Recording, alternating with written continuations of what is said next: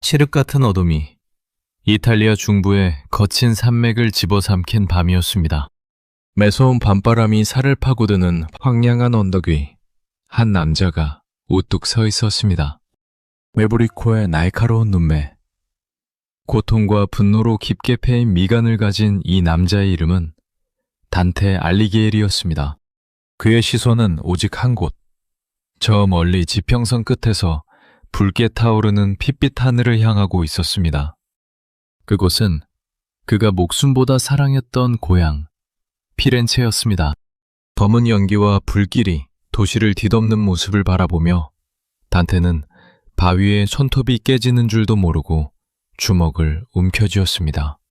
입술을 얼마나 세게 깨물었는지 붉은 피가 턱끝을 타고 흘러내렸습니다. 그의 집이 약탈당하고 그가 평생 모은 책들이 불길 속으로 사라지며 그의 아내와 아이들이 비명을 지르며 쫓겨나는 환영이 눈앞을 스쳐 지나갔습니다.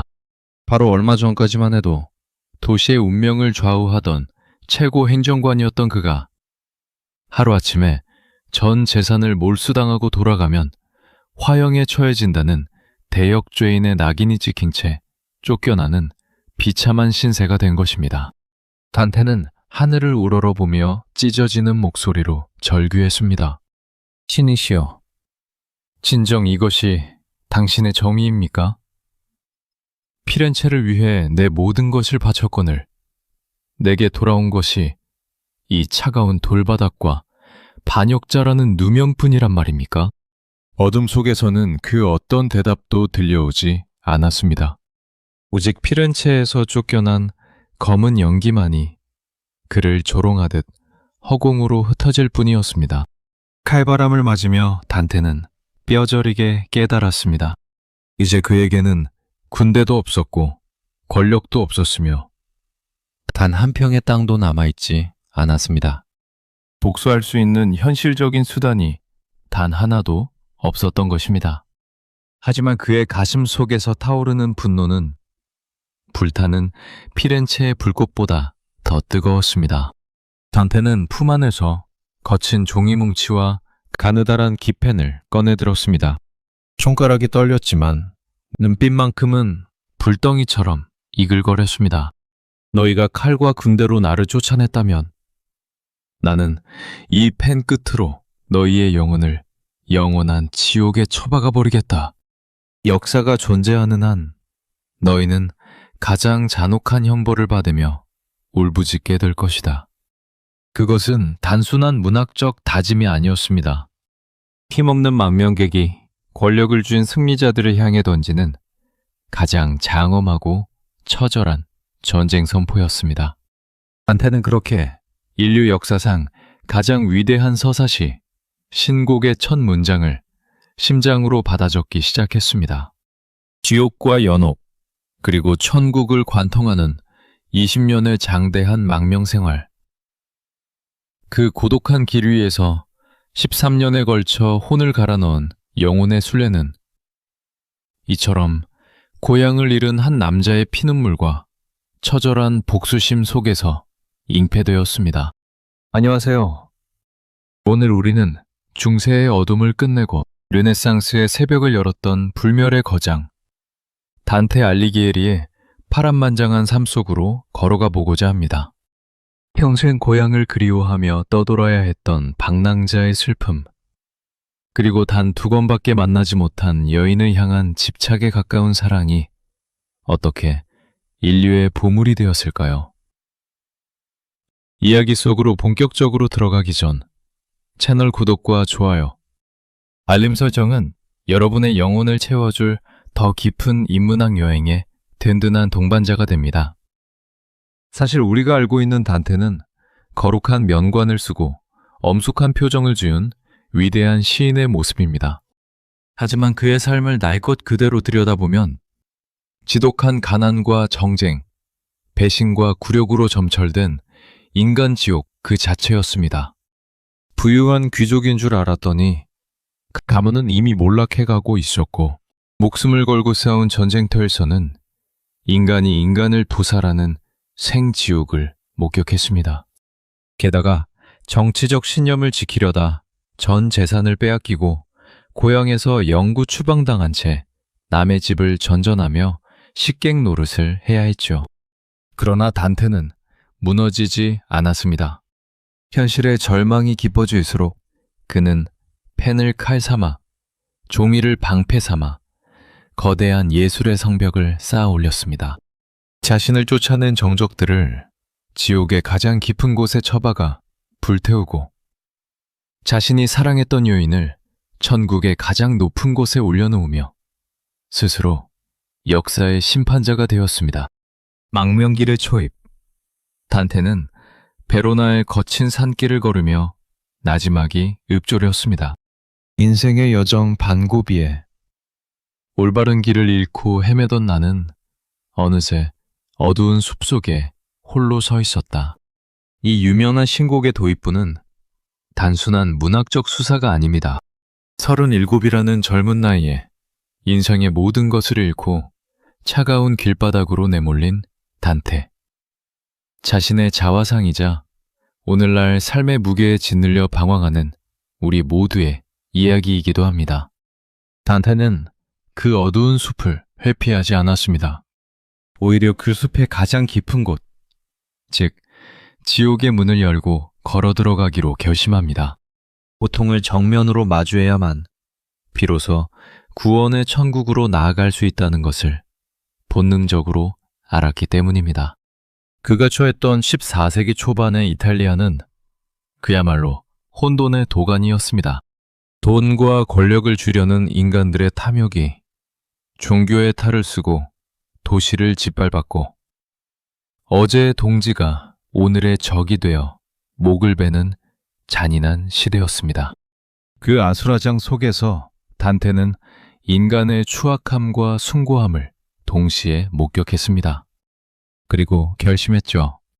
이 더러운 세상의 기록을 신의 언어인 라틴어가 아니라 시장바닥에서 거친 숨을 쉬며 살아가는 민중들의 언어로 낱낱이 기록하겠다고 말입니다. 그것이 단테가 선택한 가시밭길이자 영광의 길이었습니다. 단테 알리기에리가 세상에 첫 비명을 지른 것은 1265년 5월 이탈리아 피렌체의 복잡하고 좁은 골목길 한 구석이었습니다. 훗날 사람들은 그가 찬란한 황금빛을 두른 명문 귀족 가문의 도련님으로 태어나 유복하게 자랐을 것이라 짐작하곤 합니다. 가문의 족보를 거슬러 올라가면 신성 로마 제국 황제로부터 기사자기를 받은 위대한 선조 카차구이다가 버티고 있었으니 겉보기에는 번지르르한 귀족 가문이 맞았습니다. 하지만 단테가 눈을 떴을 때 마주한 현실은 전혀 달랐습니다.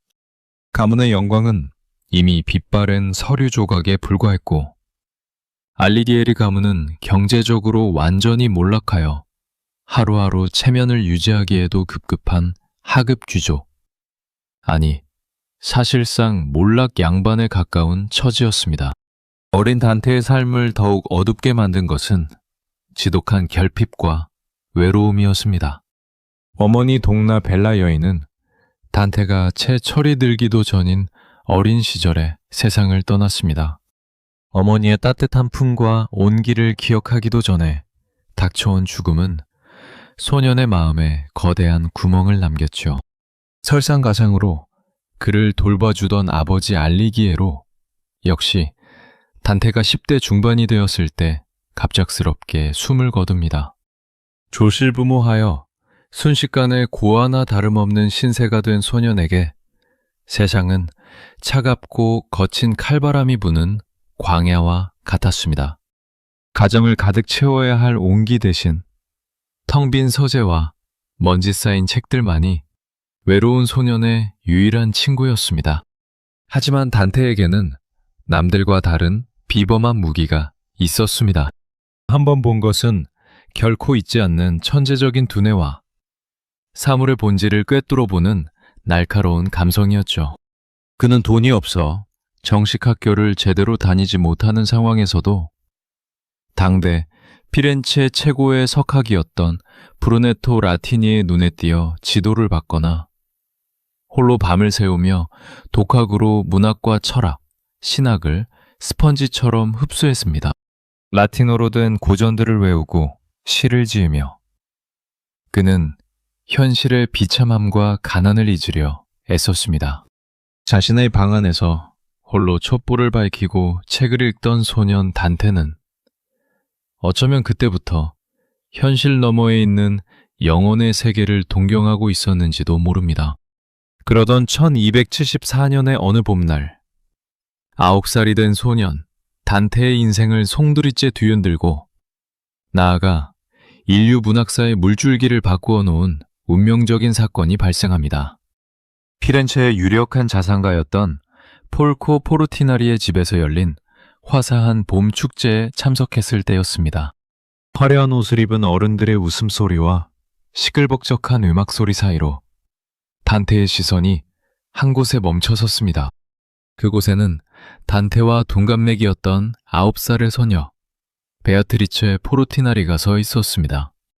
그녀는 봄날의 태양처럼 눈부신 진홍빛 드레스를 입고 있었고 그녀의 몸가짐은 어린아이의 것이라고는 믿기지 않을 만큼 우아하고 성스러웠습니다. 그 순간 단테의 가슴 속에서 거대한 폭풍이 몰아쳤습니다. 심장이 터질 듯이 뛰기 시작했고 전신이 마비되는 듯한 강렬한 충격이 소년의 영혼을 관통했습니다. 훗날 단테는 자신의 자전적 수필인 신생에서 이 첫 만남의 순간을 이렇게 고백했습니다. 그녀를 보는 순간 나의 심장 가장 깊은 곳에 숨어있던 생명의 영혼이 격렬하게 떨리기 시작했다. 그리고 떨리는 목소리로 나에게 속삭였다. 보라, 나보다 더 강한 신이 오셨으니 이제 그분이 나를 지배하리라. 그야말로 지독한 열병의 시작이었습니다.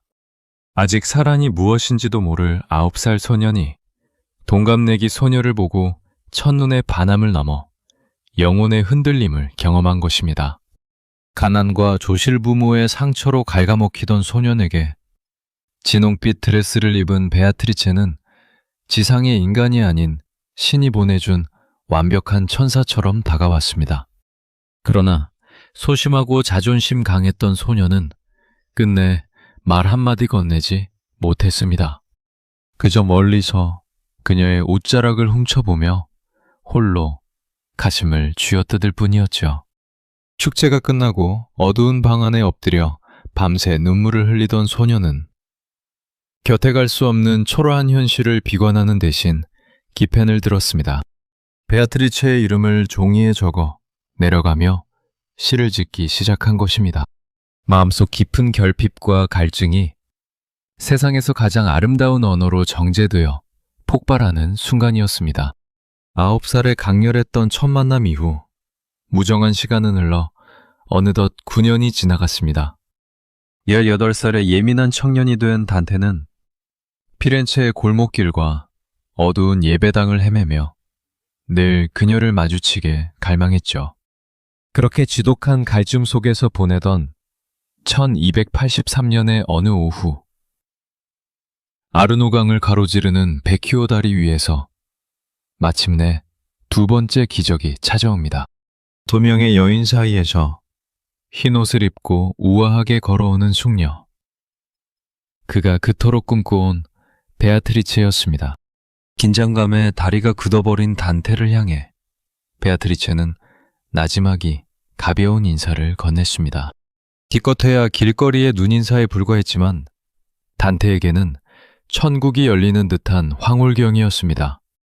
당시 피렌체 말로 인사를 뜻하는 살루테는 기묘하게도 신학적 용어로 구원을 의미했습니다. 단테는 그녀의 인사 한마디가 자신을 고독에서 꺼내준 신의 구원이라 확신했죠. 벅찬 감정을 이기지 못해 방 안에 틀어박혀 눈물을 쏟아낸 단테는 그날 밤 꿈속에서 본 그녀의 모습을 시로 적어내렸고 이것이 그의 위대한 문학적 출발점이 되었습니다.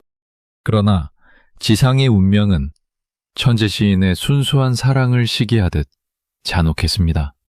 하급 귀족인 단테와 대자상가의 딸인 베아트리체의 사랑은 중세의 엄격한 계급 장벽을 넘을 수 없었죠. 얼마 지나지 않아 베아트리체는 가문의 뜻에 따라 부유한 은행가와 정략 결혼을 하게 됩니다. 사랑하는 여인이 다른 남자의 아내가 되었다는 소식에 단테의 가슴은 갈갈이 찢겨 나갔습니다. 하지만 그는 원망하는 대신 자신만의 비밀스러운 서재에서 그녀를 지상의 연인이 아닌 신성한 구원자로 격상시키며 더욱 순결한 시를 짓는 데 몰두했습니다. 그러던 1290년 6월, 청천벽력과도 같은 비보가 피렌체 전역에 울려 퍼집니다. 단테의 영원한 빛이자 영혼의 구원자였던 베아트리체가 불과 24살이라는 젊은 나이에 갑작스럽게 세상을 떠난 것입니다. 사유는 급작스러운 역질 혹은 산후열로 추정되었지만 단테에게 원인은 중요하지 않았습니다. 내 삶을 지탱하던 유일한 태양이 하늘에서 영영 사라져버렸다는 사실만이 중요할 뿐이었죠. 베아트리체의 죽음은 단테의 영혼을 통째로 뜯어냈습니다. 세상은 순식간에 빛을 잃은 암흑지옥으로 변해버렸습니다. 단테는 지독한 정신적 붕괴 상태에 빠졌습니다. 눈물조차 나오지 않는 극심한 상실감 속에서 그는 매일 밤 방 안에서 짐승처럼 울부짖었습니다. 머리가 깨질 듯한 도통과 극심한 환각 증세가 그를 괴롭혔고 몇 날 며칠을 먹지도 자지도 않은 채 유령처럼 피렌체의 거리를 헤맸습니다. 주변 사람들은 단테가 이러다 정말 미쳐 죽거나 스스로 목숨을 끊을지도 모른다고 생각하며 안타까워했습니다. 인간이 겪을 수 있는 가장 깊은 슬픔의 심연, 그 바닥까지 추락한 단테는 비로소 깨달았습니다. 지상에는 더 이상 나를 구원해줄 베아트리체가 존재하지 않는다는 사실을 말입니다. 하지만 이 지독한 상실의 고통 속에서 단테의 천재성은 또 다른 생존 방식을 찾아냅니다. 그는 슬픔에 겨워 죽는 대신 책 속으로 도망치기로 결심합니다. 그는 도미니쿠스 수도회와 프란치스코 수도회를 찾아가 신학과 철학, 천문학을 미친 듯이 공부하기 시작했습니다. 키케로의 문장을 외우고 보에티우스의 철학의 위연을 탐독하며 왜 신은 자신에게 이런 가혹한 시련을 주었는지, 인간의 고통에는 어떤 의미가 있는지 해답을 찾으려 발버둥 쳤습니다. 이 시기의 치열한 학문적 방황은 단테의 사상을 중세의 한계를 넘어 우주적인 차원으로 확장하는 계기가 되었습니다. 그는 더 이상 베아트리체를 지상에서 잃어버린 슬픈 첫사랑의 여인으로 남겨두지 않기로 했습니다. 대신 그녀를 신의 섭리와 구원을 상징하는 불멸의 존재로 자신의 가슴 속에 다시 탄생시켰죠. 내 능력이 허락하는 한 이제껏 그 어떤 여인에게도 바쳐진 적이 없는 위대한 글로 그녀를 영원히 살아 숨쉬게 하겠다. 그것은 죽음마저 초월하여 사랑하는 여인을 영원의 세계에 박제하겠다는 예술가의 가공할 집념이었습니다. 첫사랑의 요절이라는 지독한 인간적 비극이 인류 역사상 가장 장엄한 서사시 신곡의 거대한 천국을 완성하는 신성한 주춧돌로 치환되는 순간이었습니다. 베아트리체를 잃은 슬픔이 채 가시기도 전 단테의 삶을 거칠게 뒤흔든 것은 피렌체를 감싸고 돌던 피비린내 나는 전쟁의 소용돌이였습니다. 1289년 6월 이탈리아 토스카나 지방의 뜨거운 태양 아래 피렌체의 교황파와 아레초의 황제파가 정면으로 충돌하는 대규모 전투가 벌어집니다. 역사에서는 이를 캄팔디노 전투라고 부르죠. 당시 24살의 청년이었던 단테는 고독한 서재에서 나와 피렌체를 지키기 위한 기사단의 일원으로 칼을 쥐었습니다. 그런데 그가 배정받은 보직은 안전한 후방이 아니었습니다. 최전방에서 적의 철갑 기병들과 온몸으로 부딪혀야 하는 기마 돌격대, 즉 페디토레였습니다. 전투가 시작되기 직전의 전장은 팽팽한 긴장감과 공포로 가득 차 있었습니다. 단테는 거친 숨을 몰아쉬며 아래쪽 군대의 거대한 기병 대열을 바라보았습니다. 적들의 갑옷이 태양빛을 받아 번쩍일 때마다 심장이 터질 것처럼 뛰어댔지요. 훗날 단테는 신곡에서 이때의 공포를 기병들이 진격을 시작하고 돌격 신호가 떨어지며 말이 거친 숨을 내뿜는 소리가 대지를 흔들었다고 아주 생생하게 묘사했습니다. 마침내 진격 명령이 떨어지자 단테가 속한 기마 돌격대는 대지를 울리며 적진을 향해 돌진했습니다. 그것은 삶과 죽음의 경계가 단 몇 초 만에 갈리는 문자 그대로의 생지옥이었습니다. 쾅 하는 가공할 굉음과 함께 양측의 기병들이 정면으로 충돌했습니다. 단테의 눈앞에서 동료들의 말이 쓰러지고 창이 방패를 뚫고 들어가 살점을 찢는 비명이 터져나왔습니다. 칼과 칼이 부딪혀 불꽃이 튀고 쇠사슬 갑옷 틈새로 붉은 피가 분수처럼 솟구쳐 올랐습니다. 땅바닥은 순식간에 쓰러진 인간들과 말들의 피로 진흙탕처럼 질척거렸습니다. 단테 역시 적의 칼날을 간발의 차이로 피하며 살기 위해 칼을 휘둘렀습니다. 평생 책과 시만을 사랑했던 청년의 손에 묻은 적병의 피는 차갑고도 끈적였습니다. 전투는 피렌체의 극적인 승리로 끝이 났지만 단테의 영혼에 새겨진 상처는 깊고 참혹했습니다. 전쟁이 끝난 후 전장에 홀로 남은 단테가 목격한 풍경은 차마 눈을 뜨고 볼 수 없는 처참한 광경이었습니다. 까마귀들이 떼를 지어 날아와 아직 숨이 끊어지지 않은 병사들의 눈을 파먹고 있었고 찌르는 듯한 피비린내와 시체 타는 냄새가 진동했습니다. 어제까지만 해도 누군가의 귀한 아들이자 남편이었을 이들이 형체를 알아볼 수 없는 고깃덩어리가 되어 구르던 그곳에서 단테는 인간의 잔혹함과 권력욕이 만들어낸 진짜 지옥을 목격했습니다. 단테는 쓰러진 시체들 사이를 걸으며 깊은 회의감에 휩싸였습니다. 신을 찬양한다는 인간들이 어찌하여 단지 정치적 세력이 다르다는 이유만으로 서로의 목을 베고 이토록 잔인하게 도살할 수 있단 말인가. 그가 캄팔디노의 생지옥에서 목격한 이 끔찍한 기억들은 훗날 신곡 지옥편에 가장 생생하고 잔혹한 형벌들을 창조해내는 자양분이 되었습니다. 지옥편 제28장에는 몸이 반으로 쪼개져 창자를 쏟아내며 걷는 망령들이 등장하는데 이는 단테가 전쟁터에서 실제로 목격했던 비참한 시체들의 모습을 그대로 옮겨놓은 것이었습니다. 이 전투를 통해 단테는 단순한 낭만주의 시인에서 벗어나 자신이 발을 딛고 있는 현실 세계의 모순과 비극을 뼈저리게 인식하는 정치가이자 비판적 지식인으로 각성하게 됩니다.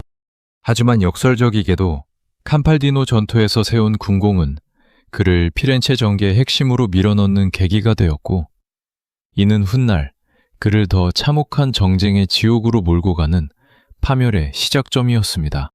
칼과 창이 지배하던 피비린내 나는 전장에서 겨우 살아남은 청년 단테. 그러나 그의 앞에는 칼날보다 더 날카롭고 잔인한 인간들의 탐욕과 배신이 기다리고 있었습니다.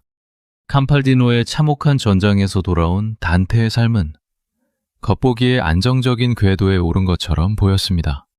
가문의 어른들은 조실부모하고 홀로 남은 청년 단테를 가만두지 않았죠.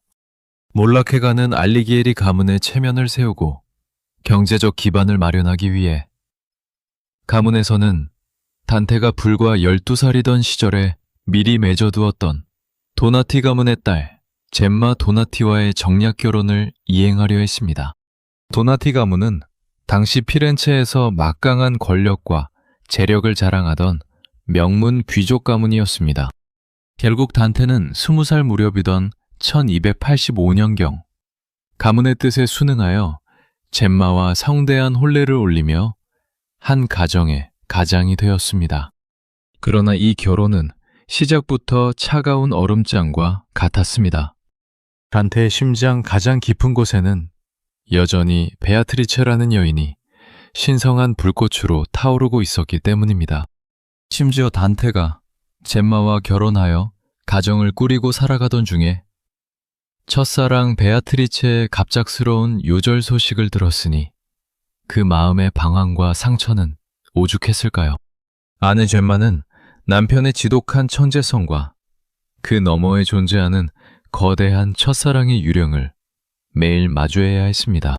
단테는 성실한 가장으로서 젬마와의 사이에서 피에트로, 자코포, 안토니아 등 여러 자녀를 두었지만 두 사람 사이의 대화는 늘 숨막히는 침묵과 냉소로 가득했습니다.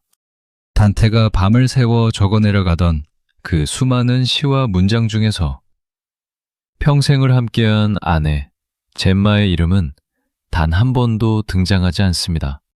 훗날 신곡의 그 장대한 여정 속에서도 아내에 대한 묘사는 철저히 지워져 있었죠. 단테에게 이 정략 결혼은 현실에 안식을 주는 울타리가 아니라 영혼을 갇히게 만든 또 하나의 차가운 감옥이었습니다. 가정에서 온기를 찾지 못한 단테가 정신적으로 깊이 의지했던 또 다른 존재가 있었습니다. 바로 피렌체의 존경받는 정치가이자 석학이었던 브루네토 라티니였습니다. 전통적으로 내려오는 이야기에 따르면 라티니는 부모를 일찍 여인 단테에게 학문적 스승을 넘어 정신적 아버지 역할을 해준 인물로 널리 알려져 있습니다. 단테에게 라티너 고전의 아름다움을 눈뜨게 하고 피렌체를 사랑하는 고결한 시민의식을 심어준 장군인이라는 것이 오랫동안 정설처럼 받아들여졌죠. 단테는 그의 깊은 학식과 당당한 품모를 진심으로 존경하며 그의 저서들을 탐독했습니다. 물론 현대 학계에서는 두 사람이 직접적인 사제관계였다는 명확한 증거가 부족하며 신곡 속 두 사람의 만남이 단테의 고도의 문학적 장치의 가능성이 높다고 보기도 합니다. 하지만 단테가 청년 시절 라틴이라는 거인의 지적 유산으로부터 거대한 영감을 받았다는 사실만큼은 부정할 수 없습니다. 그런데 이 존경스러운 인물을 둘러싸고 훗날 커다란 미스터리가 발생합니다. 단테가 신곡 지옥편을 발표했을 때 사람들은 큰 충격에 빠졌습니다. 단테가 신곡 지옥편 제15장에서 자신의 학문적 토대가 되어준 브루네토 라티니를 아주 비참한 곳에 배치했기 때문입니다. 그곳은 바로 신을 모독하고 자연의 순리를 거스른 남색가들, 즉 동성애자들이 머무는 뜨거운 불, 비가 내리는 사막 한가운데였습니다. 하늘에서 쏟아지는 불길에 온몸이 까맣게 타들어가고 얼굴이 형체를 알아볼 수 없게 일그러진 모습으로 말이죠. 지옥의 불, 빛 속을 걷던 단테는 형체를 알아볼 수 없이 일그러진 스승의 얼굴을 마주하고는 가슴이 무너져 내리는 목소리로 깜짝 놀라 외칩니다. 아니, 선생님, 당신이 어찌하여 이 비참한 곳에 계신단 말입니까? 그러자 까맣게 탄 그는 단테를 바라보며 나의 제자야, 내가 남긴 책을 기억해 주거라 라며 울부짖으며 달아납니다. 사적으로는 눈물이 날 만큼 존경했던 지적거인이었지만 법과 도덕의 잣대 앞에서는 냉정하리만치 엄격했던 단테의 성품이 그대로 드러난 대목입니다. 단테는 이 문장을 쓰며 펜을 쥔 손을 부르르 떨며 복잡한 심경의 피눈물을 흘렸을 것입니다. 사실 라티니가 실제로 동성애자였는지에 대한 동시대의 독립적인 역사적 기록이나 확증은 존재하지 않습니다. 당대 사교계의 소문이었다기보다는 오직 단테가 그를 그 자리에 배치했다는 사실 하나 때문에 후대 학자들이 역으로 추론해낸 기묘한 비밀에 가깝습니다. 어쩌면 단테는 스승의 사적인 도덕적 결함을 고발하려 했다기보다 심의 엄격한 정의 앞에서는 그 어떤 사적인 존경심이나 치분도 예외가 될 수 없다는 엄숙한 교훈을 주기 위해 이 강력한 문학적 연출을 시도했을지 모릅니다. 사생활의 고통과 정신적 방황 속에서도 단테의 명성은 피렌체 전역으로 높아가고 있었습니다. 그의 정교한 문장력과 날카로운 이성, 그리고 캄팔디노 전투에서 증명된 충성심은 몰락해가던 가문의 이름을 다시 세우기에 충분했죠. 1295년, 단테는 본격적으로 피렌체의 정치 무대에 발을 들이밀게 됩니다. 당시 피렌체는 상업과 금융업으로 막대한 부를 쌓아 올리며 유럽의 경제적 중심지로 급부상하고 있었지만 그 내부의 권력 투쟁은 상상을 초월할 정도로 썩어 들어가고 있었습니다. 당시 피렌체의 정계는 단순히 가문 간의 싸움을 넘어 교황의 권력을 등에 업고 귀족 중심의 통치를 꾀하던 흑당과 피렌체의 독립치를 지키고 시민 중심의 자치경제를 수호하려던 백당으로 갈라져 피비린내 나는 암투를 벌이고 있었습니다.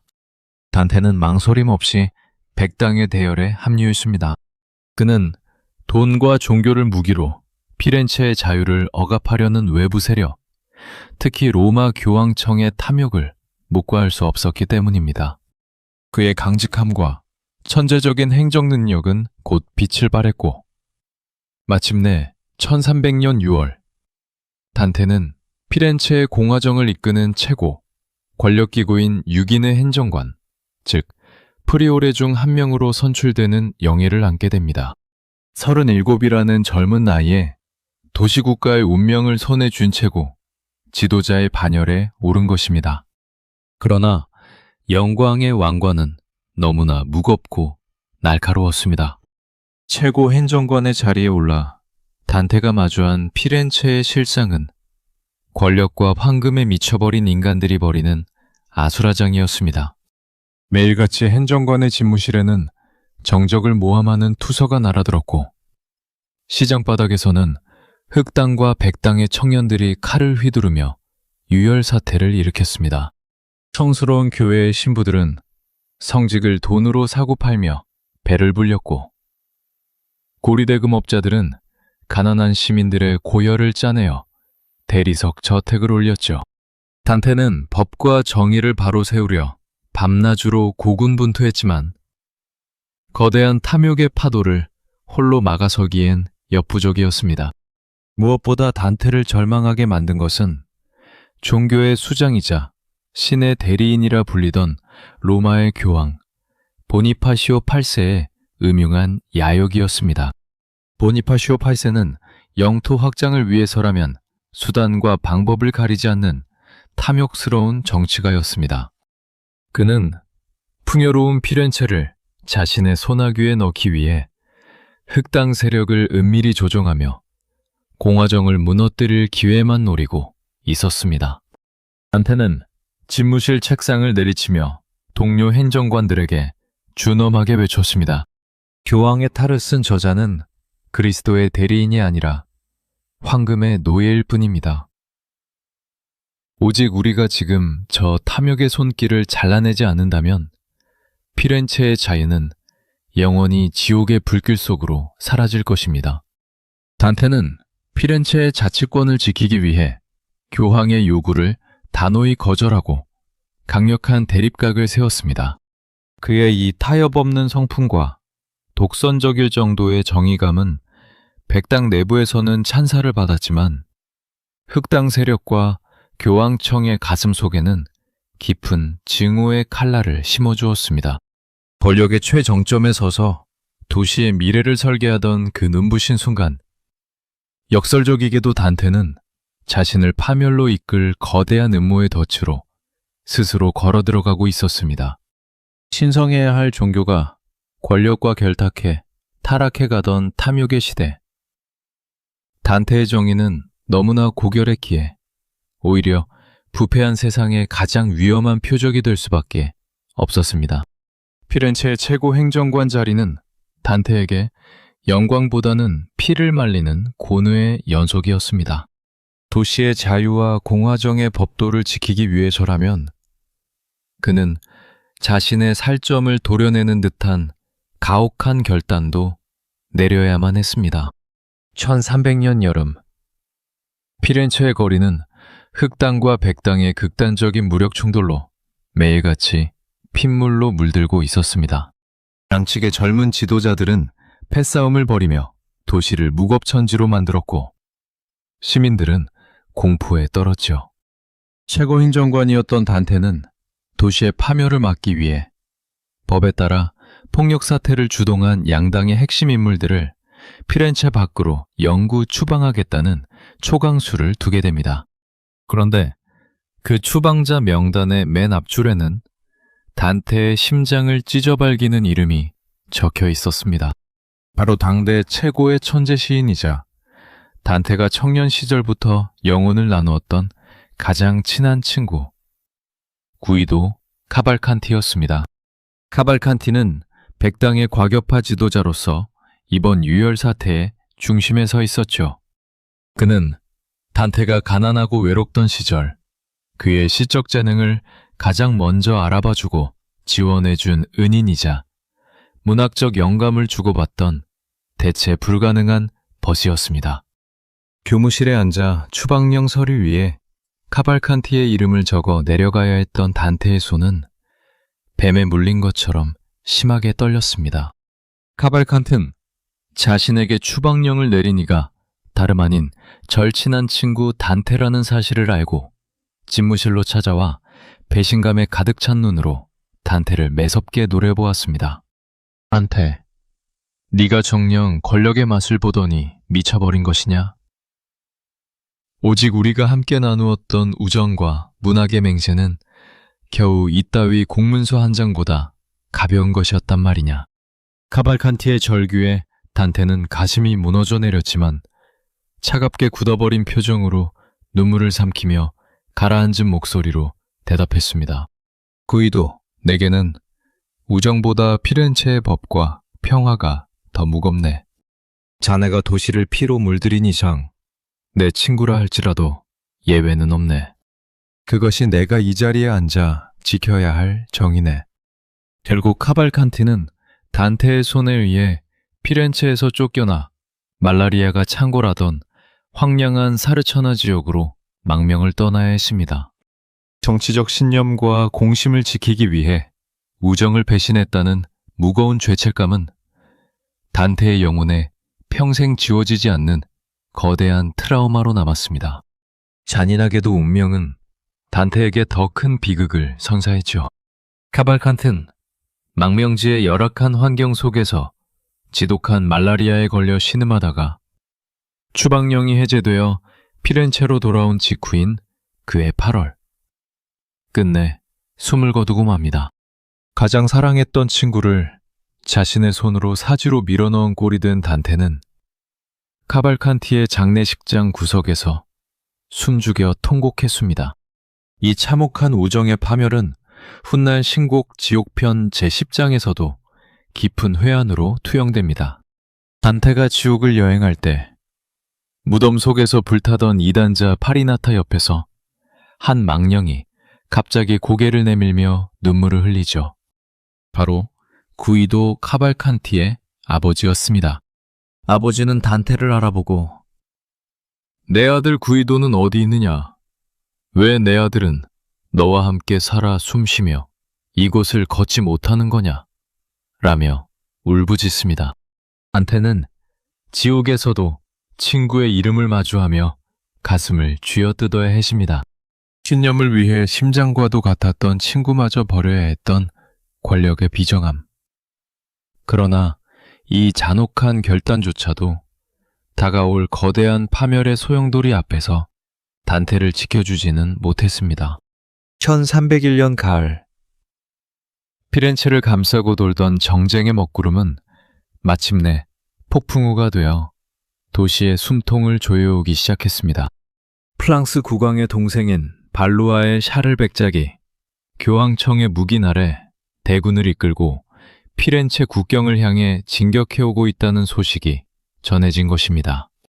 이는 피렌체를 통째로 삼키려는 로마 교황 보니파시오 8세의 거대한 음모였습니다.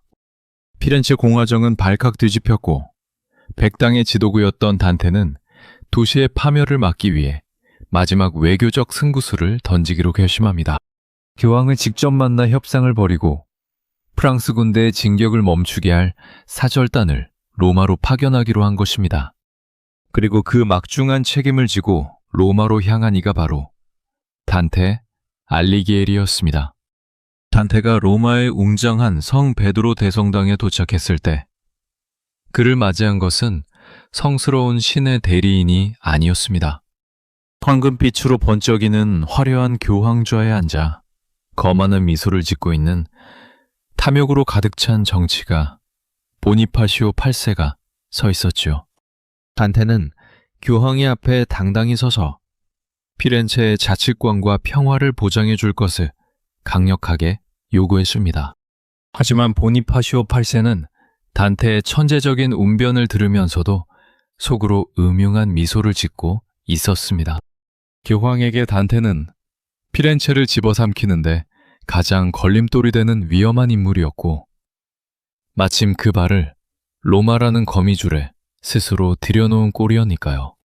교황은 단테와의 협상을 교묘하게 지연시키며 시간을 끌었습니다. 그대의 제안은 깊이 생각해볼 가치가 있으니 며칠 더 로마에 머물며 신의 자비를 기다려보라는 가식적인 말로 단테의 발을 묶어둔 것입니다. 그것은 단테를 로마에 고립시키기 위한 추악한 덫이었습니다.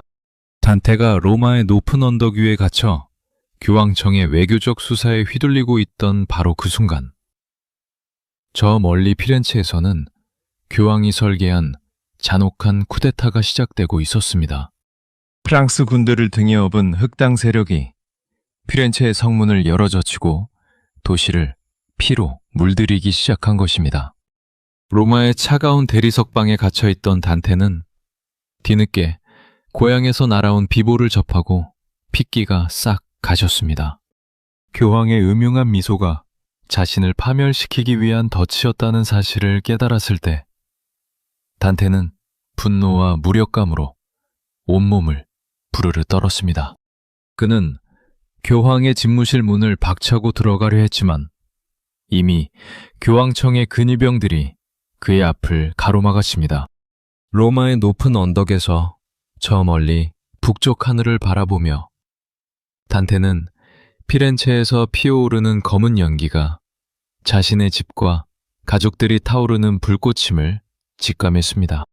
손톱이 깨질 때까지 바위를 쥐어뜯으며 눈물을 흘렸던 단테의 가슴 속에는 신의 이름을 팔아 지상을 지옥으로 만든 교황 보니파시오 8세에 대한 뼈에 사무치는 증오가 문신처럼 새겨졌습니다. 이 지독한 원한은 훗날 신곡 지옥편 제19장에서 가장 통쾌하고도 잔혹한 예술적 복수극으로 완성됩니다. 단테는 성직을 매매하고 돈을 탐한 교황들이 갇히는 지옥의 구덩이를 창조했는데 그곳은 주인들을 거꾸로 처박아 발바닥만 내놓은 채 불로 지지는 가혹한 곳이었습니다. 단테가 그곳을 지날 때 먼저 와서 불타던 교황 니콜라오 3세가 단테의 발소리를 듣고는 착각하여 이렇게 외칩니다. 벌써 온 것이냐, 보니파시오야. 벌써 내 자리를 채우러 이곳으로 올 해가 되었단 말이냐. 실제 역사 속에서 단테가 이 문장을 펜끝으로 적어 내려갈 당시 교황 보니파시오 8세는 이미 아나니 사건의 충격으로 비참한 최후를 맞이한 뒤였습니다. 하지만 단테는 복수의 끈을 놓지 않았습니다.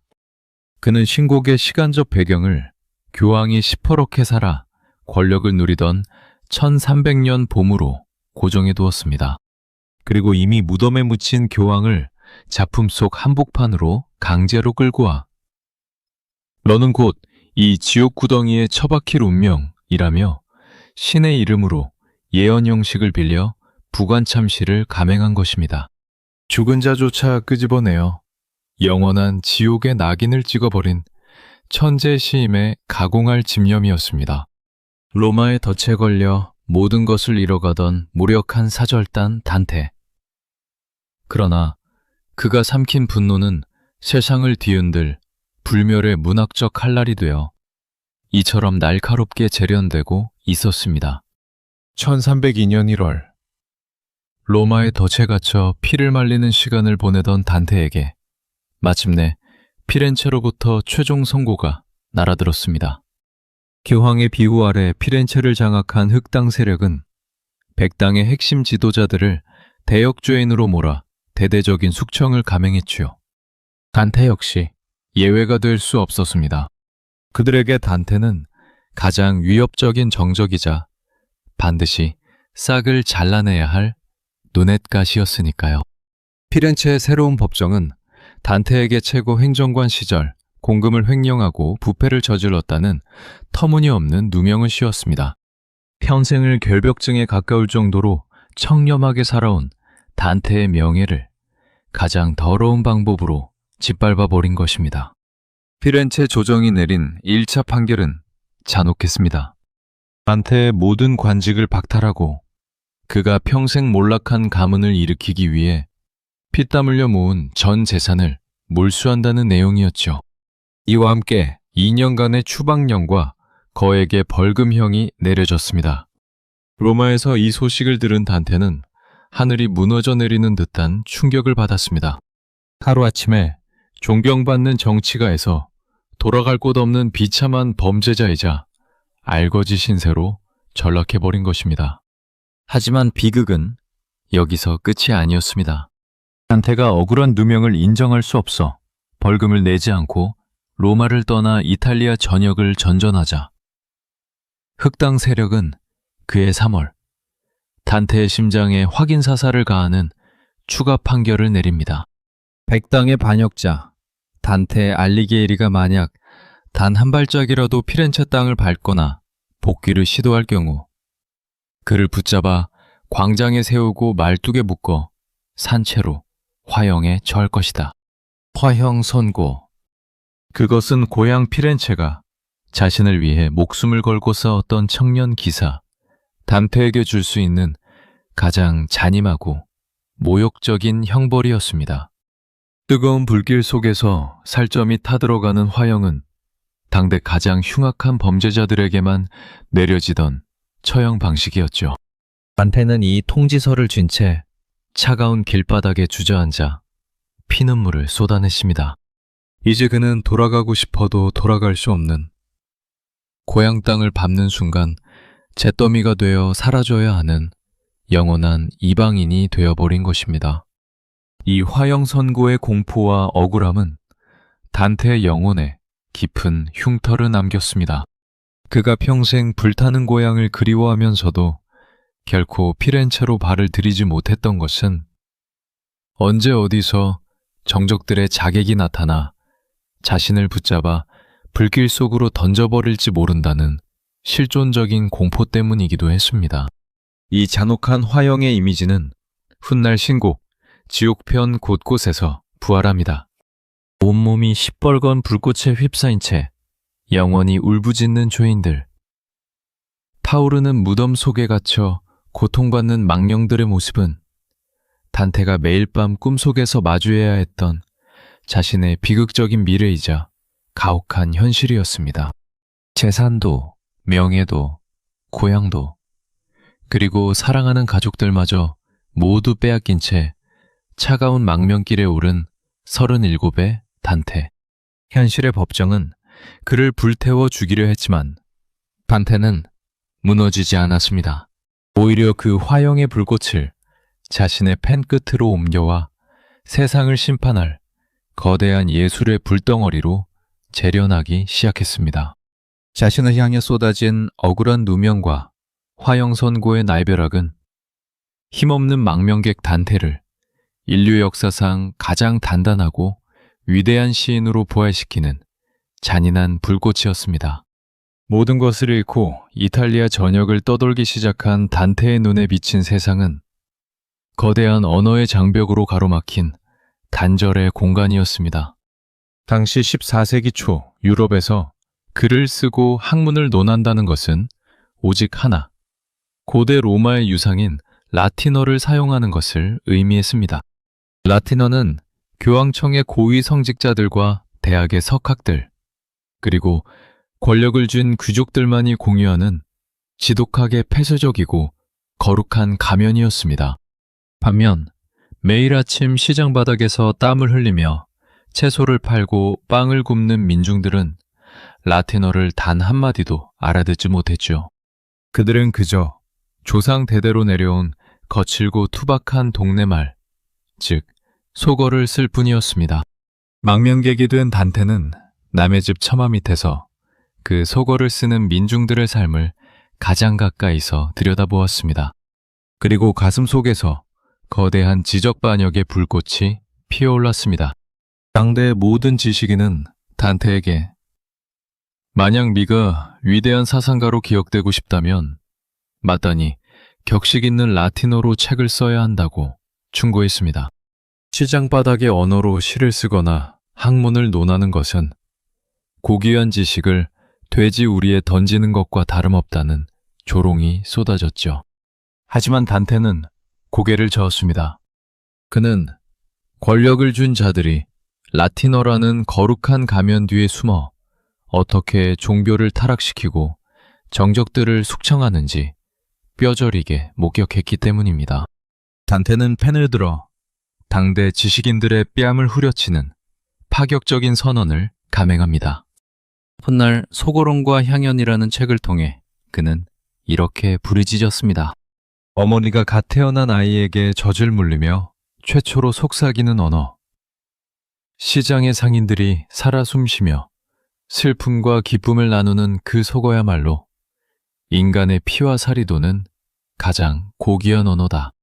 나는 신의 심판을 라틴어라는 죽은 자들의 무덤 속에 가두지 않겠다. 가장 비천한 자부터 가장 고귀한 자까지 모든 이가 읽고 깨달을 수 있는 우리의 언어로 세상을 심판하리라. 이것은 중세의 철옹성 같았던 신중심의 세계관을 인간 중심으로 끌어내린 위대한 문학적 쿠데타였습니다. 단테는 교황청의 엄숙한 라틴어를 과감히 집어던지고 자신이 태어난 피렌체의 토스카나 방언을 선택했습니다. 그리고 이 시장 바닥의 언어로 인류 역사상 가장 장엄하고 거대한 서사시, 신곡을 집필하기 시작했습니다. 지옥의 가장 잔혹한 형벌부터 천국의 가장 눈부신 광채 한가운데까지 그 모든 우주적 질서가 매일 아침 피렌체 시장 바닥에서 울려 퍼지던 바로 그 거친 언어로 정교하게 묘사되었습니다. 이 선택은 단테 개인에게는 지독한 고독과 고뇌의 길이었습니다. 위대한 시인이 길거리의 삼류광대처럼 변했다는 정적들의 비아냥을 견뎌내야 했고, 과연 이 투박한 언어로 심의 거룩한 섭리를 모두 담아낼 수 있을지 밤마다 의심의 지옥 속에서 괴로워했죠. 하지만 단테는 펜을 놓지 않았습니다. 대중의 언어로 진실을 외칠 때 비로소 세상의 부패를 도려낼 수 있다는 확신이 있었기 때문입니다. 라틴어라는 거룩한 가면을 과감히 벗어던진 단테의 이 위대한 결단은 소외받던 민중의 언어를 불멸의 예술로 승화시켰고, 훗날 현대 이탈리아어의 아버지가 되는 거대한 기적이 되었습니다. 체제에 fun응하는 지식인으로 남기를 거부하고 언어의 연금술사가 되어 반역의 길을 선택한 망명객. 그의 가시밭길은 이제 본격적인 인간 시장의 굴욕 속으로 이어지고 있었습니다. 피렌체에서 쫓겨나 전 재산을 몰수당한 단테의 삶은 그야말로 처참한 밑바닥이었습니다. 한때 한 도시의 운명을 좌우하던 최고 행정관이자 고결한 귀족이었던 그가 이제는 당장 내일 아침 먹을 빵 한 조각과 밤을 지새울 방 한 칸을 걱정해야 하는 비참한 처지가 된 것입니다. 단테는 생계를 유지하기 위해 이탈리아 북부의 여러 영주들을 찾아다니며 식객 노릇을 해야 했습니다. 영주들의 편지를 대신 써주거나 문서를 정리해주는 대가로 겨우 목숨을 부지하는 비참한 방랑 생활이 시작된 것이죠. 단테가 가장 오랜 기간 머물렀던 곳 중 하나는 베로나의 강력한 영주 칸 그란데 델라 스칼라의 궁정이었습니다. 칸 그란데는 학문, 예술을 사랑하는 영주였기에 단테의 천재성을 알아보고 그를 자신의 궁정에 머물게 해주었습니다. 하지만 아무리 자비로운 영주일지라도 대가 없는 호의는 없었죠. 궁정의 삶은 자존심 강한 단테에게 매 순간이 지옥 같은 모욕의 연속이었습니다. 화려한 연회가 열리는 날이면 단테는 영주의 비위를 맞추기 위해 모여든 아첨꾼들과 삼류 광대들 사이에 섞여 앉아야 했습니다. 그들은 단테의 매부리코와 굳어버린 표정, 그리고 낡은 옷차림을 보며 대놓고 비아냥거리곤 했습니다. 저기 보시오. 피렌체의 위대한 정치가라던 자가 이제는 우리 영주님이 던져주는 고기 뼈다귀를 기다리는 처지가 되었구려. 어느 날 연회석상에서는 단테의 자존심을 완전히 짓밟아버리는 잔인한 사건이 벌어졌습니다. 궁정의 오만한 귀족들과 광대들이 단테를 조롱하기 위해 식사 도중 먹다 남은 고기 뼈다귀들을 몰래 단테의 식탁 밑으로 던져 모아둔 것입니다. 연회가 끝날 무렵 영주가 단테의 식탁 밑을 가리키며 웃으며 말했습니다. 단테, 자네는 시만 잘 쓰는 줄 알았더니 내 궁정의 개들만큼이나 고기를 아주 좋아하는구만. 식탁 밑에 뼈다귀가 저렇게 가득하니 말일세. 순간 연회장은 다른 귀족들의 폭소로 가득 찼습니다. 단테의 안색은 흑빛으로 변했고 수치심과 분노로 온몸이 부르르 떨렸습니다. 식탁 밑에서 영주의 경공들과 함께 고기 뼈다귀를 두고 사투를 벌인 꼴이 된 단테는 쏟아지는 조롱을 온몸으로 받아내며 차가운 대리석 계단을 밟고 자신의 어두운 방으로 올라갔습니다. 그는 방 안에서 핏물이 배어나올 정도로 주먹을 쥐고 나지막이 읊조렸습니다. 이 고독한 절규는 훗날 신곡 천국편 제17장에 고스란히 박제되어 흐르게 됩니다. 그대는 타인이 주는 빵이 얼마나 짠맛인지, 그리고 남의 집 계단을 오르내리는 것이 얼마나 뼈아픈 일인지 스스로 경험하게 되리라. 남이 공짜로 주는 빵에는 자존심을 버려야 하는 눈물의 짠맛이 배어 있었고, 구걸하듯 올라가야 하는 타인의 집 계단은 귀족이었던 그의 자존심을 매 단계마다 짓밟았습니다. 하지만 단테는 자신을 조롱하던 그 삼류 인간들과 영주들을 향해 현실에 칼을 빼들지 않았습니다. 대신 그는 매일 밤 어두운 방 안에서 촛불을 밝히고 기펜을 칼 삼아 그들의 이름을 종이 위에 적어 내려갔습니다. 오늘 나에게 뼈다귀를 던지며 웃었던 자들, 나를 개처럼 취급했던 자들의 영혼을 지옥의 가장 더럽고 추악한 오물 구덩이에 처박아 버리는 문학적 심판을 준비한 것입니다. 베로나 궁정의 모욕은 천재 시인의 영혼을 꺾지 못했고, 오히려 훗날 세상을 뒤흔들 가공을 복수의 에너지를 응축시키는 잔인한 숫돌이 되었습니다. 망명 생활이 13년째로 접어들던 1315년, 이탈리아 전역을 떠돌며 뼈아픈 식객 생활을 이어가던 단테에게 고향 피렌체로부터 믿기지 않는 소식이 날아들었습니다. 피렌체의 새로운 정권이 오랜 정쟁에 지친 망명객들을 대상으로 대규모 사면령을 발표했다는 통지서였습니다. 그토록 매일 밤 꿈속에서 그리워하고 그 냄새와 풍경을 잊지 못해 향수병으로 가심을 쥐어뜯던 고향이었습니다. 판결문에 적힌 자신의 이름을 본 단테의 심장은 타질 듯이 뛰기 시작했습니다. 드디어 이 지옥 같은 방랑을 끝내고 내 집, 내 서재로 돌아갈 수 있는 길이 열린 것처럼 보였기 때문입니다. 그러나 사면령의 세부 조건을 확인하는 순간 단테의 얼굴은 분노로 하얗게 질려버렸습니다. 피렌체 조정이 제시한 bü안의 조건은 사면이 아니라 인간 단테의 영혼과 존엄을 완전히 해체해버리는 가혹한 모욕의 각본이었습니다. 조건은 이러했습니다. 단테가 피렌체로 돌아오기 위해서는 먼저 죄수복을 입고 머리에는 스스로 부끄러움을 참여하는 죄를 뒤집어 써야 했습니다. 그리고 피렌체 시민들이 지켜보는 광장 한복판에서 맨발로 무릎을 꿇은 채 죄인구를 착용하고 성 요한 성당까지 기어가 고개를 숙여야 했습니다. 마지막으로 자신이 저지르지도 않은 부패 혐의를 대중 앞에서 인정하며 막대한 벌금을 상납해야만 고향 땅을 밟을 수 있다는 것이었습니다. 이것은 단테에게 죄를 사해주는 자비가 아니라 너의 그 오만한 천재성과 학문적 자존심을 우리 발밑에 짓밟고 개처럼 기어들어오라는 정적들의 잔인한 조롱이었습니다.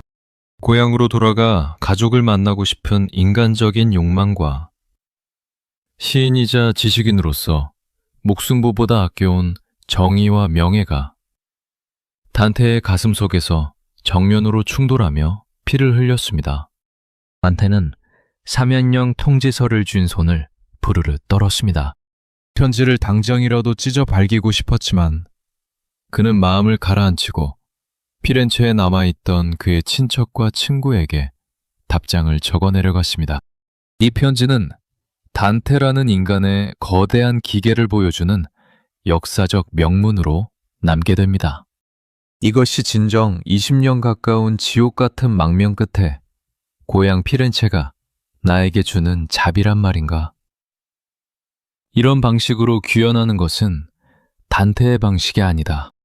내가 저지르지도 않은 죄를 인정하며 머리에 죄를 뒤집어 쓰고 기어들어가느니 나는 차라리 평생 고향 땅을 밟지 못하는 망명객으로 죽겠다.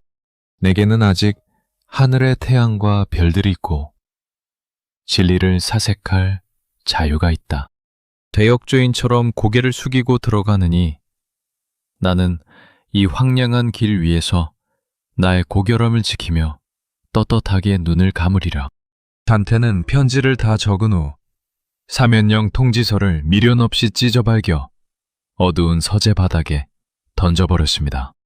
고향을 향한 지독한 사랑을 품고 있었으면서도 타협할 수 없는 정의를 위해 그 고향을 스스로 거부해야 했던 단테는 그렇게 피렌체라는 지상의 낙원을 영원히 잃어버리는 대신 그 어떤 권력도 침범할 수 없는 거대한 영혼의 군주가 되어 자신만의 불멸의 낙원을 향해 한 걸음 더 걸어나갔습니다. 단테는 이제 지상에서 돌아갈 곳이 완전히 사라졌음을 직감했습니다. 현실에 법정과 정권이 자신에게 종신 형벌과 화형을 선고했다면 그에게 남은 유일한 무기는 오직 손에 쥔 가느다란 기펜뿐이었습니다. 단테는 복수의 방식을 바꿨습니다. 칼을 들 힘도 군대를 움직일 돈도 없던 힘없는 망령객은 펜끝을 칼날보다 날카롭게 재련하여 역사상 가장 거대하고도 잔혹한 문학적 숙청을 감행하기 시작했습니다. 그것이 바로 신곡 지옥편의 본격적인 지필이었습니다. 단테는 지옥을 단순한 종교적 설화의 공간으로 만들지 않았습니다. 그는 자신이 직접 겪은 현실의 정쟁과 배신, 굴욕의 기억들을 그대로 지옥의 구덩이로 옮겨왔죠. 그리고 자신을 모함하고 재산을 빼앗고 고향에서 쫓아낸 피렌체의 정적들의 이름을 아주 구체적이고 낱낱이 적어내려갔습니다. 당대 최고의 권세를 부리던 피렌체의 흑당 지도자들과 부패한 행정관들은 단테의 펜끝이 움직일 때마다 지옥의 가장 어둡고 끔찍한 형벌의 자리로 차례차례 예약되어 처박혔습니다. 단테의 예술적 복수극은 상상을 초월할 정도로 잔인하고 치밀했습니다.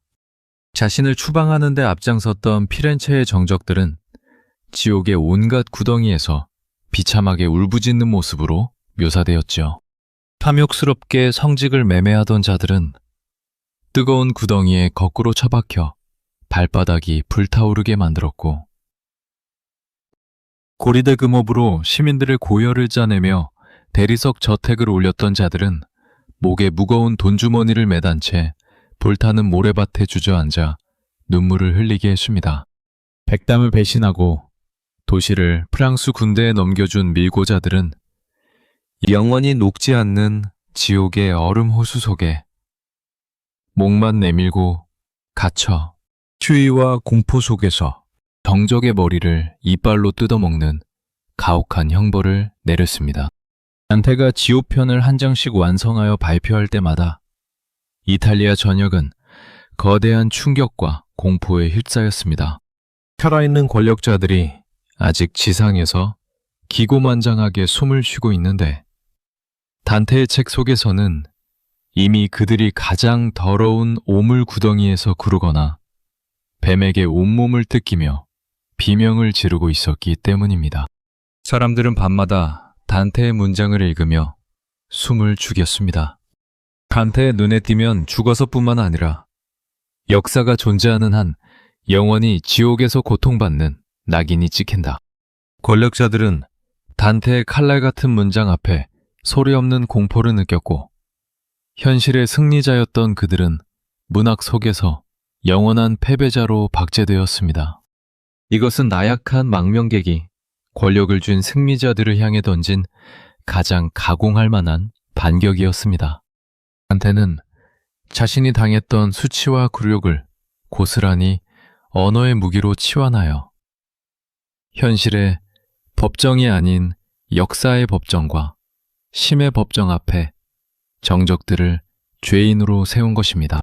억울한 누명을 쓰고 밤마다 분노로 잠을 이루지 못했던 인간 단테는 지옥의 문을 열고 그곳에 정적들을 처박으며 슬픈 카타르시스를 느꼈을 것입니다. 펜 끝으로 피의 숙청을 감행한 이 위대한 복수극은 현실의 비극을 불멸의 예술로 승화시키는 천재 시인만의 처절한 생존 방식이었습니다. 단테가 피렌체의 사면령을 거부하고 펜 끝으로 정적들을 단죄하는 동안 그가 짊어져야 했던 대가는 홀로 감당할 수 있는 수준을 넘어서고 있었습니다.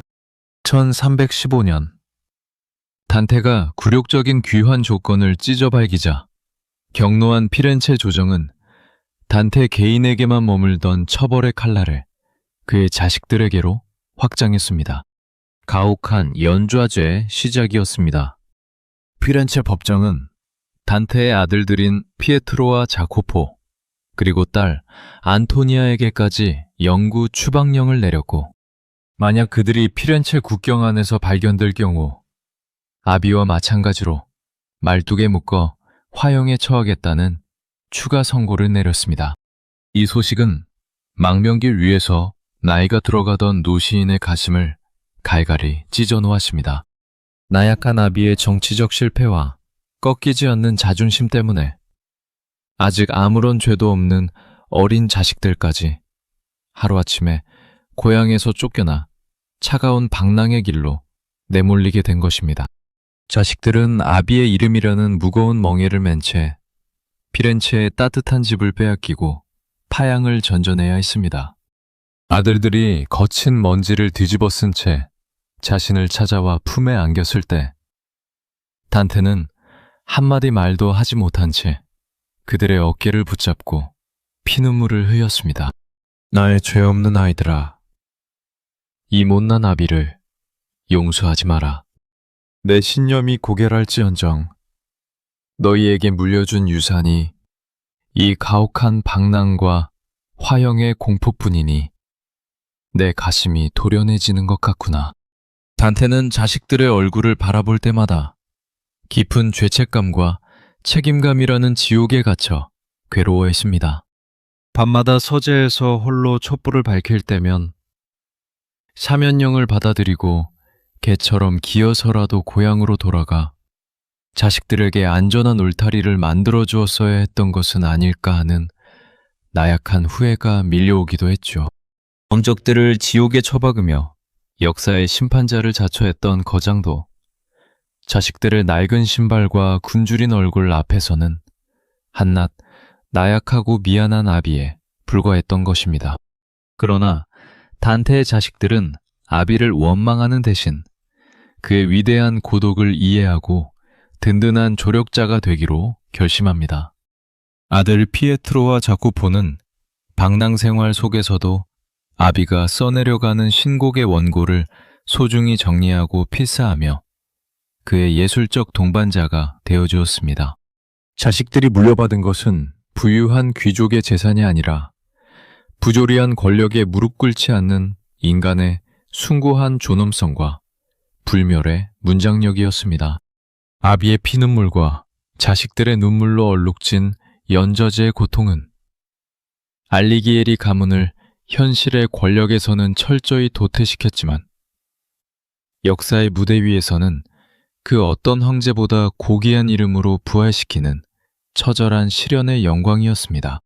지옥과 연옥의 기나긴 터널을 지나온 단테의 여정은 마침내 이탈리아 동부의 유서 깊은 고도 라벤나에서 마지막 닻을 내리게 됩니다. 피렌체에서 추방당한 지 어느덧 20년 가깝게 흐른 세월. 단테의 머리는 서리처럼 하얗게 새어 있었고 뼈아픈 망명 생활로 육체는 이미 한계에 다다라 있었습니다. 하지만 그의 눈빛만큼은 라벤나의 성당들을 수놓은 황금빛 모자이크처럼 여전히 신비롭게 빛나고 있었죠. 그는 라벤나의 고요하고 작은 방 안에서 자신의 온 영혼을 쥐어짜내어 신곡의 대미를 장식한 마지막 장, 천국편의 지필에 몰두했습니다. 현실에 정적들을 처단했던 지옥의 분노와 죄를 씻어내던 연옥의 눈물을 넘어 단테의 기패는 마침내 시공간을 초월한 우주의 질서와 신성한 사랑의 영역으로 나아갔습니다. 그리고 그 천국의 가장 눈부신 광채 한가운데서 단테는 평생을 그리워했던 영원한 뮤즈 베아트리체와 마주하게 됩니다. 9살 소년의 가슴에 새겨졌던 진홍빛 소녀는 이제 지상의 죽음을 넘어 신의 섭리와 구원을 상징하는 완벽한 빛의 인도자가 되어 늙은 시인을 따뜻하게 맞이해 주었습니다. 1321년 9월 천국편의 마지막 구절을 끝으로 마침내 13년에 걸친 대서사시의 지필이 완성되었습니다. 20년 가까운 세월 동안 온갖 모욕과 결핍, 그리고 자식들을 향한 피눈물 속에서 피어난 인류 역사상 가장 장엄한 영혼의 순례가 마침내 마침표를 찍은 것입니다. 천국을 완성하며 마음에 비로소 영원한 안식과 위안을 얻은 단테는 얼마 지나지 않아 베네치아로 외교사절을 다녀오는 길에 거친 늪지대에서 지독한 말라리아에 걸려 쓰러지고 맙니다. 라벤나의 작은 방으로 돌아와 고열로 전신이 불덩이처럼 타오르던 마지막 밤. 단테는 환각 속에서 자신이 창조했던 지옥과 연옥, 그리고 눈부신 천국의 빛을 동시에 보고 있었습니다. 평생을 향수병에 신음하며 그토록 돌아가고 싶어 했던 고향 피렌체였지만 숨이 가빠오는 순간에 그가 바라본 곳은 지상의 피렌체가 아닌 영원의 낙원이었습니다. 그는 자신을 간호하던 자식들의 손을 꼭 쥔 채 결국 나는 지상의 고향으로 돌아가지 못하는구나. 하지만 내 영혼은 비로소 온전한 안식을 찾았다. 라는 나지막한 유언을 남기고 천천히 눈을 감았습니다. 그의 나이 향년 56이었습니다. 단테가 숨을 거두자 피렌체 조정은 뒤늦게 가슴을 치며 후회했습니다. 그들이 화형에 처하겠다며 쫓아냈던 망명객이 역사 속에 영원히 남을 불멸의 거장이 되어 세상을 떠났기 때문입니다. 피렌체는 라벤나의 단테의 시신을 돌려달라고 수차례 요구했지만 라벤나 시민들은 살아생전 그토록 비참하게 쫓아낼 때는 언제고 이제 와서 거장을 탐내느냐며 단테의 유고를 성당 벽 속에 숨기며 단호히 거부했습니다. 결국 단테는 죽어서도 고향 땅에 묻히지 못한 채 이방인의 땅 라벤나에 영원히 잠들게 되었습니다. 지옥보다 더 잔혹한 현실을 살아내야 했던 망명객 단테 알리기에리. 그는 비록 현실을 정쟁에서 패배하고 전 재산과 고향을 잃어버린 비극적인 삶을 살았지만 꺾이지 않는 자존심과 펜 끝의 집념으로 슬픔을 위대한 구원의 서사로 승화시켰습니다. 오늘날 삶의 무게에 짓눌려 자신만의 어두운 숲속에서 헤매고 있는 우리에게 700년 전의 인생 선배 단테는 자신의 삶을 통해 나지막이 위로를 건넵니다. 고통을 정면으로 마주하고 묵묵히 걸어간다면 우리 역시 지옥 같은 현실을 지나 마침내 자신만의 눈부신 천국에 도달할 수 있다고 말입니다. 거장이 남긴 이 따뜻한 위로의 불꽃에 여러분의 마음속에 깊이 품어드리며 오늘 밤 긴 영혼의 순례를 이만 마치고자 합니다. 깊어가는 밤, 여러분의 지친 영혼에도 찬란한 별빛과 평안이 가득 내려 앉기를 소망합니다.